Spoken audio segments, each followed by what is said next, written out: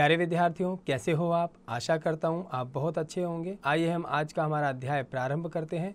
हमारे अध्याय का नाम है ग्राम्य जीवनम, अर्थात गांव का जीवन।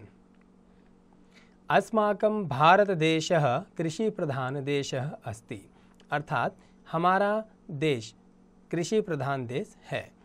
अत्रत्या 80% प्रतिशतं जनाः ग्रामेषु वसन्ति, अर्थात आज भी हमारे देश में 80% से ज़्यादा लोग गांव में निवास करते हैं। ग्रामवासिनाः प्रायेण कृषकाः भवन्ति, ग्रामवासी प्रायः करके कृषकाः अर्थात किसान होते हैं। ते प्रायः कालाद् आरभ्य सायं यावत् महता परिश्रमेण क्षेत्रेषु कर्मं कुर्वन्ति।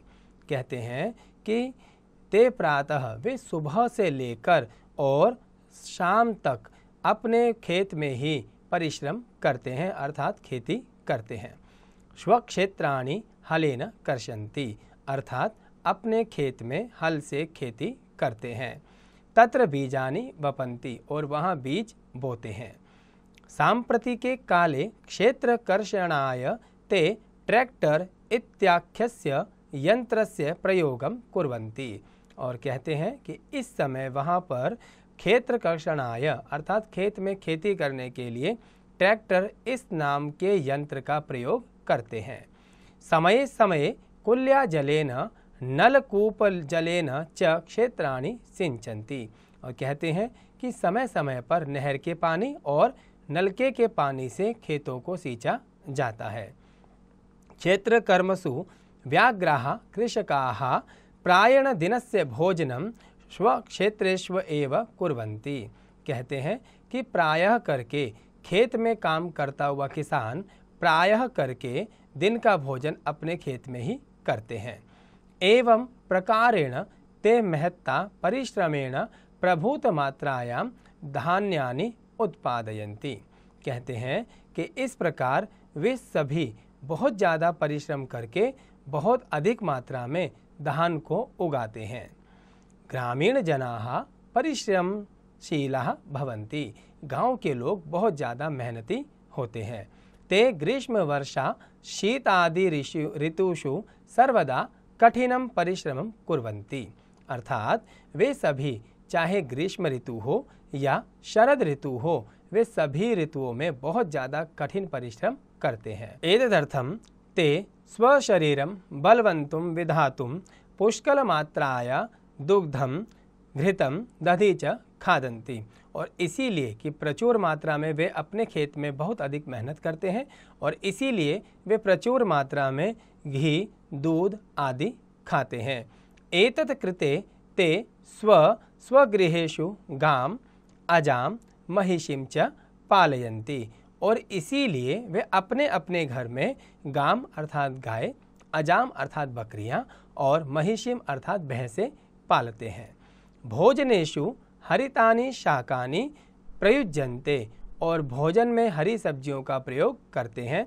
शाकानि ते स्वक्षेत्रेभ्य एव प्राप्नुवन्ति, और सब्जियां तो वो अपने खेत से ही प्राप्त कर लेते हैं।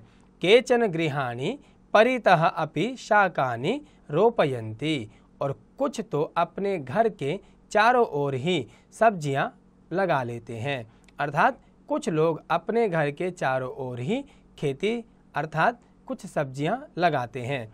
वृद्धाः कथयन्ति यत् बलानां शरीरस्य बुद्धिश्च विकासाय गोदुग्धं बहुलाभकरं भवति, और हमारे यहाँ वृद्ध लोग कहते हैं कि बच्चों के शरीर के लिए, उनकी बुद्धि के विकास के लिए गाय का दूध बहुत ज़्यादा लाभदायक होता है।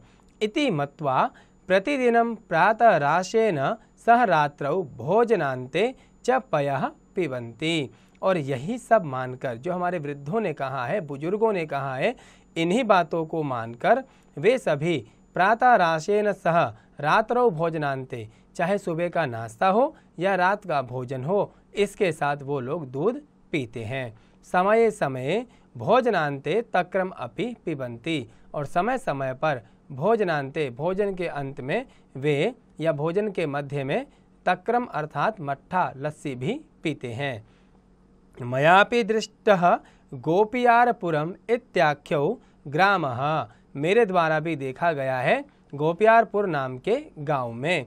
तस्मिन् ग्रामे एकैव रथा, उस गांव में एक ही रास्ता है। और रथ्याम उभयता, रास्ते के दोनों तरफ क्वचित गृहाणि क्वचित च केदारः शोभन्ते। वे कहते हैं कि मैंने गोपियारपुर के नामक गांव में देखा है एक रास्ता है और रास्ते के दोनों तरफ कुछ गृहाणि कुछ घर हैं और घरों के क्वचित केदारः, घरों के आगे कुछ क्यारियां बनी हुई है। केदारः अर्थात क्यारियां, वे क्यारियां क्या देती हैं? शोभा देती हैं। तत्र एका नदी अपि प्रभवति, वहाँ पर एक नदी भी बहती है। कदाचित इयं ग्रामीणान विपन्नम अपि करोति, और कभी कभी तो ये ग्रामीणों को विपन्नम अपि करोति, कष्ट भी देती है। ग्रामम सर्वतः गोचारण भूमि अपि विद्यते, कहते हैं ग्रामम सर्वतः, गांव के सब ओर गोचारण भूमि अपि विद्यते, अर्थात गाय के चरने के लिए भूमि है। अर्थात गांव के चारों ओर हरियाली है और वहां पर गाय चरती हैं। तत्र धनैव वत्साः वृषभाः अजाः महिष्या च सुखेन तृणानि खादन्ति, कहते हैं वहीं पर धनवाह अर्थात गाय, उनके बच्चे, बैल, बकरियां और भैंसें सुख से वहाँ पर चारा चरती हैं। कदाचित शक्ति मतोः वृषभयोः मध्ये संघर्षं भवति, यह यम दृष्ट्वा पशुचारकाणां विनोदः भवति, अर्थात ये कहते हैं कि कभी कभी शक्तिमतोः वृषभयोः, जो शक्तिवान अर्थात जो बलवान बैल है उन दोनों के बीच में संघर्ष देखने को मिलता है और जिसे देखकर पशु चारकाणाम विनोदः भवति, अर्थात जो पशु चराने वाले जो लोग हैं वे बहुत प्रसन्न होते हैं। आपने देखा होगा कि जब दो पशुओं के बीच में लड़ाई होती है तो कुछ लोग खड़े होकर आनंद लेते हैं। तो गांववासी भी जब पशु चराने जाते हैं तो जब उनके बीच में युद्ध होता है तो उनकी लड़ाई को देखकर वहां पर वे भी प्रसन्न होते हैं। सायंकालात् प्रागेव ते पशून् स्वस्व गृहेषु आनयन्ति, अर्थात शाम होते ही वे सभी अपने अपने पशुओं को अपने घर ले आते हैं। ग्रामे भोजनाय प्रभूतम अन्नम दुग्धम फलानि इक्षुरसः च मिलन्ति, ये कहते हैं कि गांव में भोजनाय प्रभूतम, भोजन के बाद अन्नम दुग्धम यानी अन्न, दूध, फलानि अर्थात फल और इक्षुरसाः, इक्षु बोलते हैं गन्ने को और रसाः अर्थात रस, अर्थात गन्ने का रस भी वहाँ पर मिलता है। तत्र जलम वायुम च प्रदूषिते, अर्थात वहाँ पर जल और वायु प्रदूषित नहीं होता। ग्रामे भोजनाय प्रभूतम अन्नम दुग्धम फलानि इक्षुरसः च मिलन्ति, अर्थात गांव में भोजन के लिए प्रचुर मात्रा में अन्न, दूध, फल और गन्ने का रस मिलता है। तत्र जलम वायुः च प्रदूषिते न स्तः, अर्थात गांव में जल और वायु प्रदूषित नहीं है। भ्रमणाय कुल्याटम नद्याः तटम उपवनानि च सन्ति, अर्थात घूमने के लिए नहर, नदियाँ और नदियों के तट पर उपवनानि छोटे छोटे वन विद्यमान है, अर्थात गांव में घूमने के लिए नहर है, नहर के किनारे लगे हुए छोटे छोटे उपवन हैं। जनाः सामाजिकानि राष्ट्रीयानि धार्मिकानि च पर्वाणि मिलित्वा सोत्साहं परस्परम सौहार्देन च संपादयन्ति, अर्थात लोग सामाजिक या राष्ट्रीय हो या धार्मिक हो, अर्थात सामाजिक, राष्ट्रीय या धार्मिक पर्वों को उत्साह के साथ आपस में एक दूसरे से मिलकर बनाते हैं। कहने का तात्पर्य है गांव के लोग चाहे वे सामाजिक पर्व हो, राष्ट्रीय पर्व हो या धार्मिक पर्व हो, सभी मिलकर प्रेम पूर्ण रूप से मनाते हैं। सुखे दुखे च अन्योन्यम सहायम कुर्वन्तः, अर्थात सुख हो या दुख हो सभी एक दूसरे की सहायता करते हैं। आनंदमयम जीवनम यापयन्ति, और एक दूसरे की सहायता करते हुए आनंद से जीवन बिताते हैं।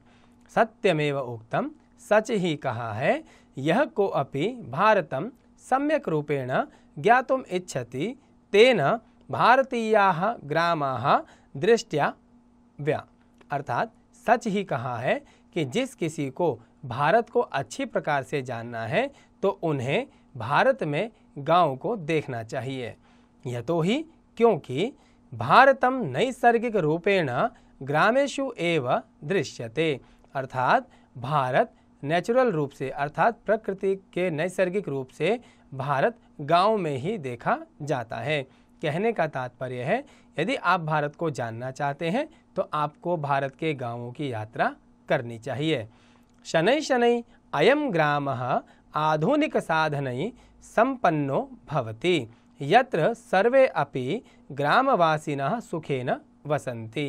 कहते हैं कि शनै शनै धीरे धीरे अयम ग्राम आधुनिक साधनै संपन्नो भवति, ये सभी गांव आधुनिक साधन से संपन्न हो रहे हैं। अर्थात इन गांवों में सारी सुख सुविधाएं उपलब्ध हो रही हैं।